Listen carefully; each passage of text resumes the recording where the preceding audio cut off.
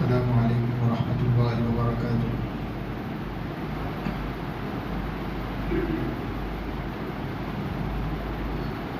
الحمد للہ نحمده ونستعینه ونستغفره ونؤمن به ونتوکل علیہ ونعوذ باللہ من شرور انفسنا ومن سیئات اعمالنا، من يهده الله فلا مضل له ومن يضلله فلا هادي له، ونشهد أن لا إله إلا الله وحده لا شريك له، ونشهد أن سيدنا ونبينا ومولانا محمدا عبده ورسوله، أما بعد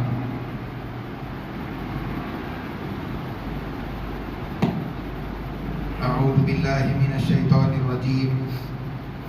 بسم الله الرحمن الرحيم، يا أيها الذين آمنوا عليكم أنفسكم لا يضركم من ضل إذا اهتديتم، صدق الله العظيم۔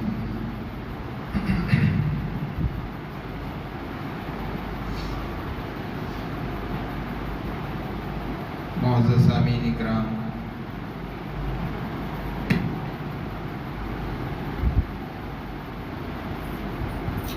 قرآن کریم کی ایک ایک آیت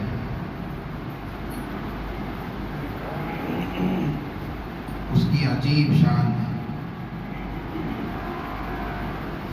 اگر آدمی اپنی زندگی کو درست کرنا چاہے، اپنی زندگی کی اصلاح کرنا چاہے،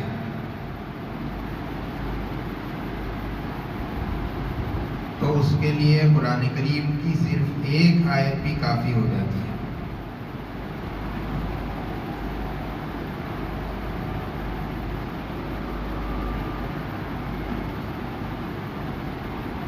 دنیا کے جس کونے میں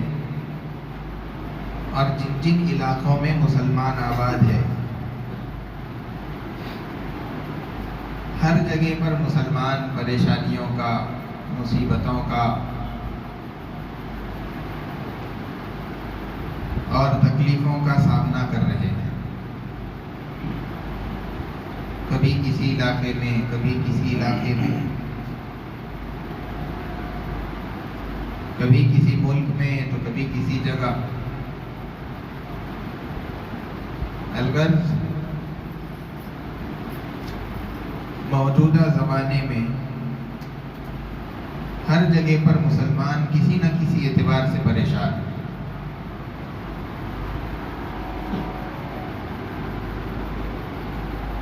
اگر اس کا سبب ڈھونڈنے نکلے کہ ان سب پریشانیوں کی کیا وجہ ہے، مسلمان اس طریقے سے کیوں پریشان ہو رہے ہیں، تو جس اللہ کے بندے کے دل میں ذرا برابر بھی ایمان ہوگا، اس کا جواب یہی ہوگا کہ مسلمانوں نے اللہ کی کتاب کو چھوڑ دیا،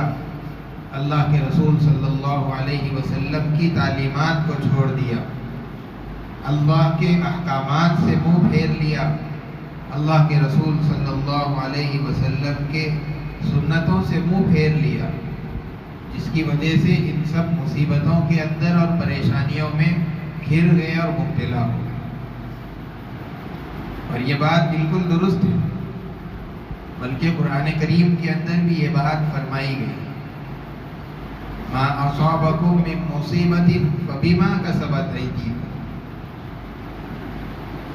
جو کچھ بھی تم کو پریشانی پہنچ رہی ہے، مصیبت تم پر آ رہی ہے،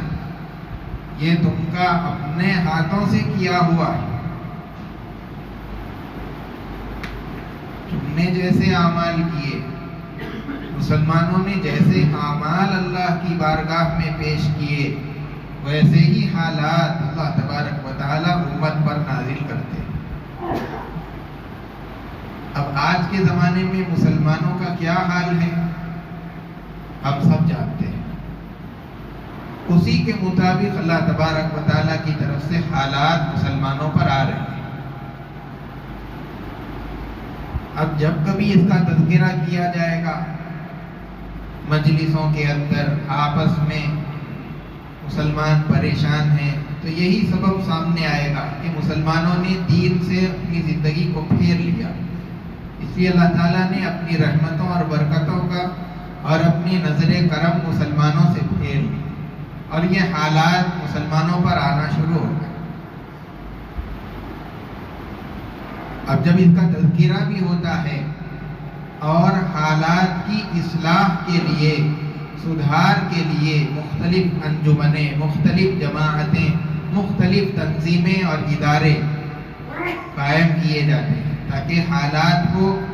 قابو میں رکھ سکیں، حالات کی اصلاح کی جا سکے، امت کو غلط راستے سے صحیح راستے پر لایا جا سکے۔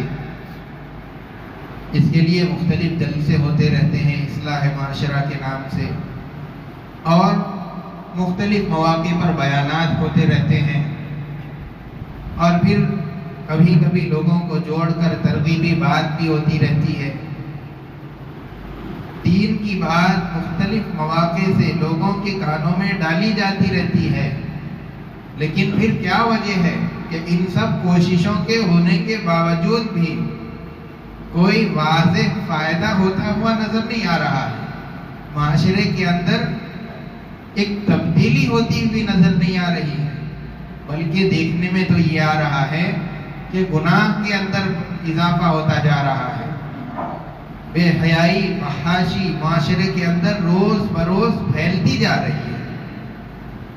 لوگ دین سے دور ہوتے چلے جا رہے ہیں۔ اس کی کیا وجہ ہے؟ محنت تو برابر کی جا رہی ہے، لیکن واضح فائدہ سامنے نہیں آ رہا ہے۔ قرآن کریم کی وہ آیت جو میں نے خطبے میں آپ کے سامنے پڑھی، اس سوال کا جواب قرآن کریم نے دیا، یا ایھا الذین آمنوا علیکم انفسکم۔ جتنی بھی تنظیمیں، جتنی بھی جماعتیں، جتنے ادارے، یہ سب جب کام کرنے کے لیے بیٹھتے ہیں تو ان کے ذہنوں میں یہ بات ہوتی ہے، جو بھی آدمی اصلاح کا کام کرنے کے لیے کھڑا ہوتا ہے اس کے ذہن میں یہ بات ہوتی ہے کہ لوگ خراب ہو گئے، لوگ گناہوں کے اندر مبتلا ہو گئے، لوگ برائیوں کا شکار ہو گئے، لوگوں کے اندر برائیاں پیدا ہو رہی ہیں، لوگ رشوت میں مبتلا ہو گئے، لوگ سود کا معاملہ کر رہے ہیں، لوگ فلاں گناہ کر رہے ہیں۔ تو جب کام کرنے کے لیے کوئی آدمی کھڑا ہوتا ہے تو اس کی نگاہ صرف دوسروں کی چیزوں پر، دوسروں کی خرابیوں پر، اور شاید ہی کوئی بندہ اللہ کا ایسا ہوگا جو کوئی بات اصلاح کی کرنے کے لیے کھڑا ہو تو وہ یہ بھی سوچتا ہوگا کہ جس طرح دوسروں میں خرابیاں ہیں مجھ میں بھی خرابی ہے، جس طرح دوسرے گناہوں کے اندر ہے میں بھی گناہوں میں ہوں، جس طرح دوسروں کے اندر عیوب ہے میرے اندر بھی عیوب پائے جاتے ہیں، میرے اندر بھی کمیاں اور کوتاہیاں ہیں۔ تو آدمی نے جب اپنی کوتاہیوں سے، اپنی غلطیوں سے اپنی نگاہوں کو پھیر لیا اور دوسروں کو سدھارنے میں لگ گیا، تو اب کیسے معاشرے کے اندر اصلاح ہوگی، جبکہ خود اصلاح کرنے والے کی ذات کے اندر برائیاں موجود ہیں اور عیوب موجود ہیں۔ وہ آدمی خود گناہوں کے اندر ڈوبا ہوا ہے، تو دوسروں کی اصلاح کیسے ممکن ہے؟ آدمی کو اپنی ذات سامنے رکھ کر کے اصلاح کا کام کرنا چاہیے۔ اسی لیے جب آدمی اصلاح کرنے کے لیے پہلا قدم اٹھائے تو آدمی کو اپنی ذات سے خود پہلے سدھرنا چاہیے، بلکہ انسان کا یہ اولین فریضہ ہے کہ پہلے اپنی ذات کو عیوب سے، گناہوں سے، معاصی سے، اللہ کی نافرمانیوں سے پاک صاف کرے، اس کے بعد میں دوسروں کی طرف نظر کرے۔ ورنہ آدمی کی نگاہیں صرف دوسروں کی برائیوں کو دیکھنے کے اندر لگی رہے گی، اور آدمی کے اندر بہت ساری برائیاں موجود رہے گی جو آدمی اس سے بے خبر رہے گا، اس کو پتہ بھی نہیں چلے گا کہ میرے اندر یہ برائیاں ہیں، یہ خرابیاں ہیں، یہ نافرمانیاں میرے اندر بھی پائی جا رہی ہیں۔ اسی لیے آدمی کو اپنی ذات پر، اپنے آپ پر نگاہ ہونی چاہیے، دوسروں کے برائیوں سے آدمی کو اپنی نگاہ ہٹا لینی چاہیے۔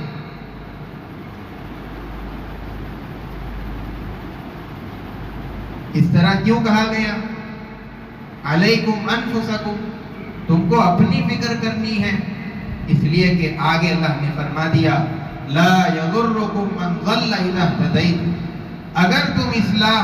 تم نے اپنی اصلاح کر لی، تم درست راستے پر آ گئے، اس کے بعد اگر کوئی گناہ والے راستے پہ جاتا ہے، کوئی دوسرا گناہ کرتا ہے، معاصی کرتا ہے، تو اس کے گناہ کی وجہ سے، اس کے نافرمانی والے راستے پر چلنے کی وجہ سے تم کو اس کا کوئی نقصان نہیں ہوگا۔ اسی لیے اللہ تبارک و تعالیٰ جب قیامت میں سب لوگوں کو جمع کریں گے، اس وقت میں آدمی کے سارے اعمال، چاہے وہ چھوٹا عمل ہو چاہے بڑا عمل ہو، فَمَن يَعْمَلْ مِثْقَالَ ذَرَّةٍ خَيْرًا يَرَهُ وَمَن يَعْمَلْ مِثْقَالَ ذَرَّةٍ شَرًّا يَرَهُ، چھوٹے سے چھوٹا برا عمل ہو، اچھا عمل ہو، بڑا عمل ہو، چھوٹا عمل ہو، ہر عمل کو اللہ تبارک و تعالیٰ انسان کے سامنے کر دے گا۔ ہر عمل آدمی اس دن دیکھے گا کہ میں نے یہ کام کیے، یہ کام کیے، یہ نیکیاں کی، یہ برائیاں کی،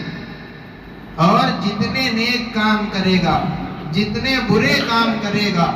ان سب کے بارے میں کرنے والے سے سوال ہوگا۔ اور ایسا نہیں ہوگا کہ کرنے والا تو کوئی اور ہے، کسی اور سے سوال کیا جا رہا ہے۔ آپ نے کوئی گناہ کیا، دوسرے سے سوال کیا جا رہا ہے، ایسا نہیں ہوگا۔ اور کوئی دوسرا گناہ کر رہا ہے، آپ کے بارے میں اس سے پوچھ ہو رہی ہے، ایسا نہیں ہوگا، بلکہ جو آدمی جو کرے گا اس سے اس کا سوال کیا جائے گا۔ اسی لیے آدمی کو دوسروں کی برائیوں، دوسروں کی کمیوں، دوسروں کی کوتاہیوں پر نظر رکھنے کے بجائے اصلاح کا کام جب شروع کریں، سب سے پہلے اپنی ذات سامنے ہونی چاہیے کہ میرے اندر کیا خرابیاں ہیں، میں اس کو کیسے دور کروں۔ اصلاح کا یہ طریقہ ہے۔ جب آدمی اپنی ذات کو سامنے رکھے گا، آدمی کی اپنی برائیاں اس کے سامنے رہیں گی، آدمی خود کتنا پانی میں ہے اس کو بخوبی معلوم ہوتا ہے۔ جب آدمی اپنی ذات کو سامنے رکھے گا تو پھر دوسروں کی اچھائیاں اس کو دکھیں گی، اور معاشرے کے اندر سب سے زیادہ حقیر اپنے آپ کو سمجھے گا، اپنے کو سب سے زیادہ ذلیل اور کمتر اور سب سے بڑا گناہگار سمجھنے لگے گا، اور دوسروں کو اپنے سے اچھا سمجھے گا۔ حضرت ذوالنون مصری رحمۃ اللہ علیہ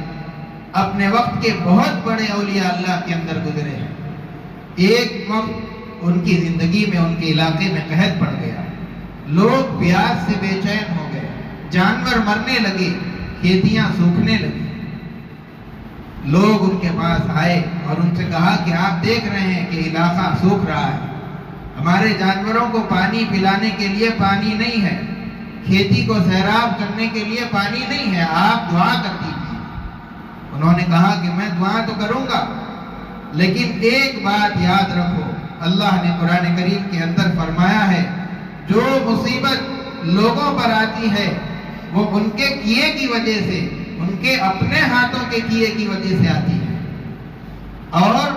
اللہ تبارک و تعالیٰ نے ہمارے علاقے پر جو بارشوں کو روک لیا ہے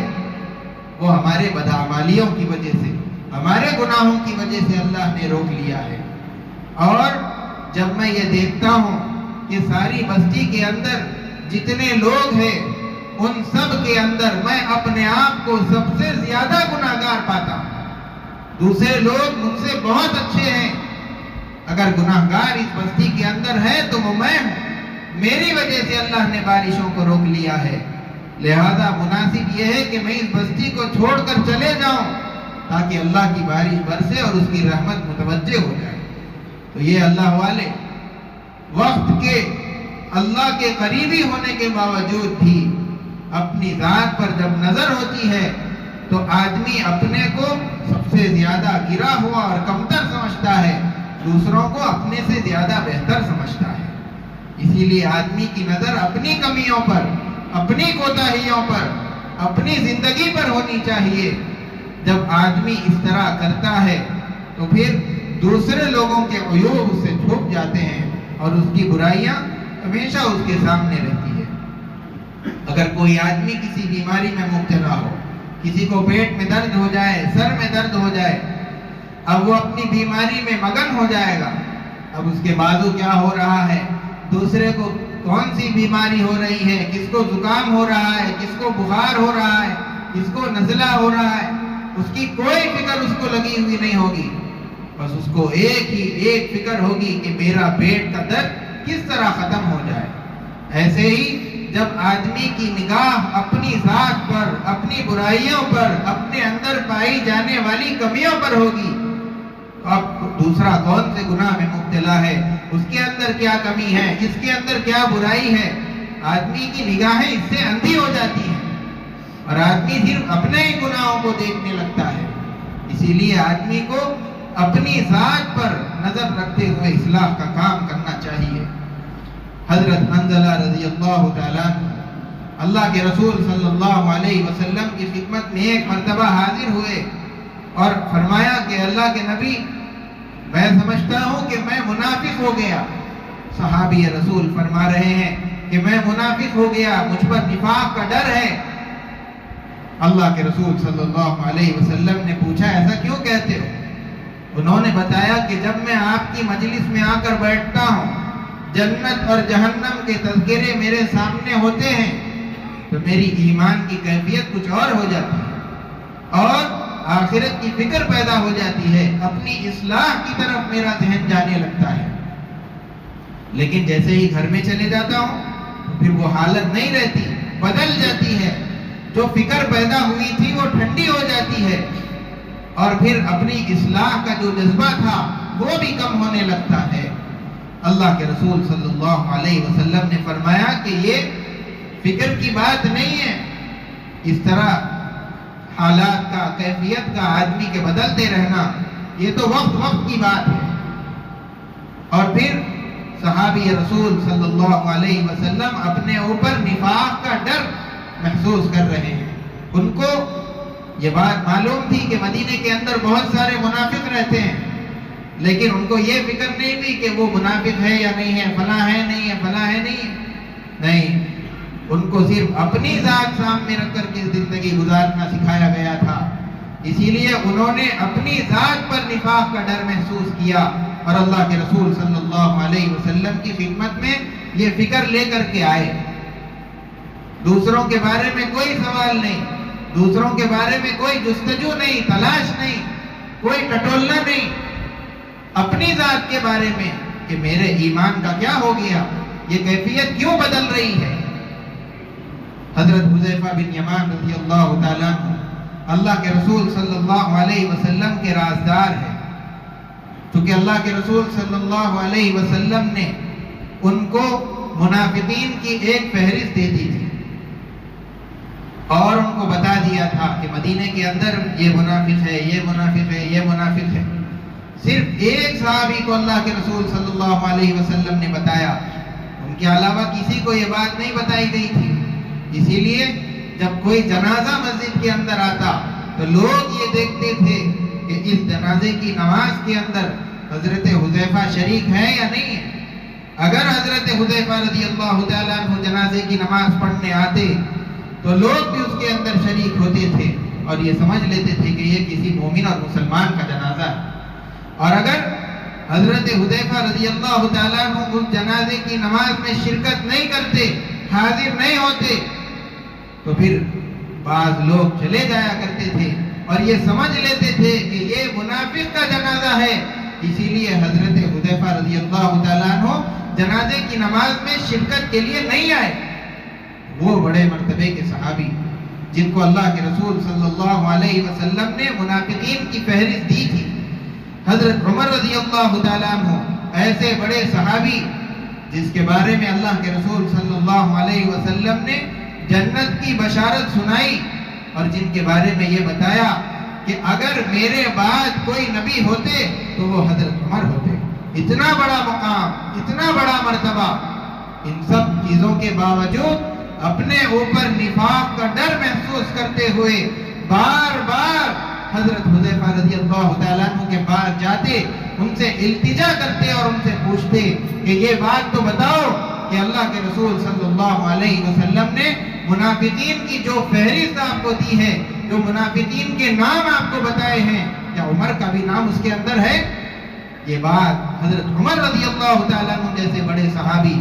اپنے ایمان کے بارے میں ڈر رہے ہیں، ان کے بھی سامنے اپنی ذات تھی کہ مجھے اللہ کے سامنے کھڑے ہونا ہے، مجھے اللہ کے سامنے اپنے اعمال کے بارے میں جواب دینا ہے، اسی لیے بار بار یہ جانا اور پوچھنا۔ تو صحابہ اکرام رضوان اللہ تعالیٰ علیہم اجمعین دنیا کے اندر جتنا کام کر گئے، جتنا ایمان پھیلا گئے، جتنی دین کی اشاعت کی، بعد والوں نے اتنی محنت نہیں کی، لیکن اتنا کام کرنے کے باوجود بھی صحابہ کے سامنے ان کی ذات تھی، اپنی ذات کو سامنے رکھ کر کے ساری محنت کی، اسی لیے اللہ تبارک و تعالیٰ نے ان لوگوں سے خوب کام لیا۔ اسی لیے جو کوئی بھی قدم اصلاح کے لیے اٹھایا جائے، سب سے پہلے اپنی ذات سامنے ہونی چاہیے کہ میں جو کام کر رہا ہوں اس کے اندر میری ذات بھی شامل ہونا چاہیے، میرے اندر اصلاح آنی چاہیے۔ جس طرح معاشرے کو میں گناہوں سے پاک صاف کرنا چاہتا ہوں، جس طرح معاشرے کو معصیات سے، بدعمالیوں سے پاک کرنا چاہتا ہوں، میری ذات بھی ان ساری چیزوں سے پاک صاف ہو جائے۔ آدمی کی یہ فکر ہونی چاہیے، بلکہ آدمی جب اپنی ذات کو سامنے رکھے، اصلاح کا طریقہ یہ ہے کہ اپنا جائزہ لیتے رہے۔ دین 5 چیزوں کا نام ہے: عقائد، عبادات، معاملات، معاشرت، اخلاقیات۔ ان 5 چیزوں کو سامنے رکھ کر کے آدمی اپنا جائزہ اور محاسبہ کرتا رہے، میرے عقائد صحیح ہیں یا نہیں ہیں، میری عبادات جو اللہ تبارک و تعالیٰ نے مجھ پر فرض کی ہیں، نماز، روزہ، زکوٰۃ، حج، یہ سب چیزیں درست ہیں یا نہیں ہیں، اخلاقیات، پھر معاشرت، معاملات، یہ سب چیزیں، ان سب چیزوں کے اندر آدمی اپنی ذات کو سامنے رکھ کر کے اپنا جائزہ لیتے رہے۔ جب آدمی اس طریقے سے چلے گا،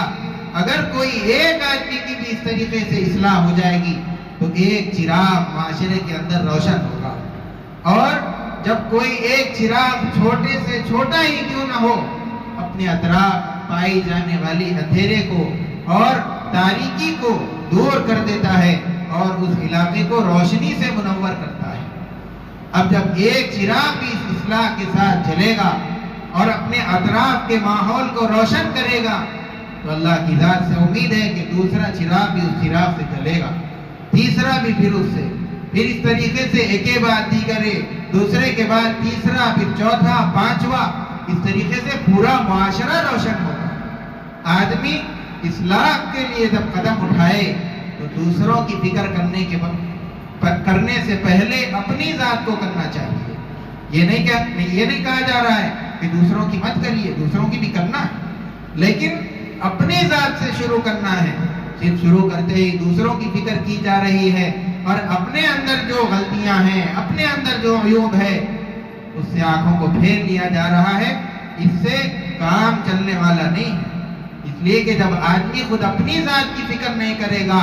اپنے اندر پائے جانے والی تاریکی کو ختم نہیں کرے گا، اپنے دل کو ایمان کی روشنی سے منور نہیں کرے گا، اس کا دل روشن نہیں ہوگا تو دوسرے چراغوں کو کیسے روشن کرے گا؟ اسی لیے آدمی کو اپنی ذات کی فکر کرنی چاہیے، اپنے ایمان کو بنانا چاہیے، اپنے عقائد صحیح ہو جائے، عبادات صحیح ہو جائے، معاملات صحیح ہو جائے، معاشرت اور اخلاقیات، یہ 5 شعبے